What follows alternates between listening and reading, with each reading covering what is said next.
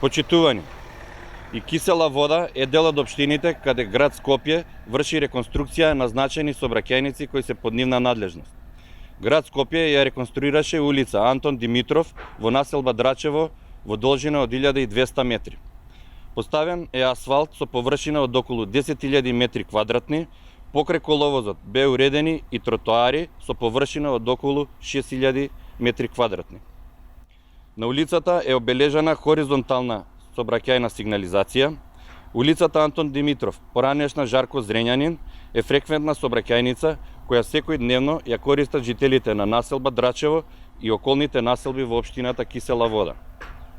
За реконструкција на оваа сообраќајница, градот Скопје одвои околу 19,4 милиони денари.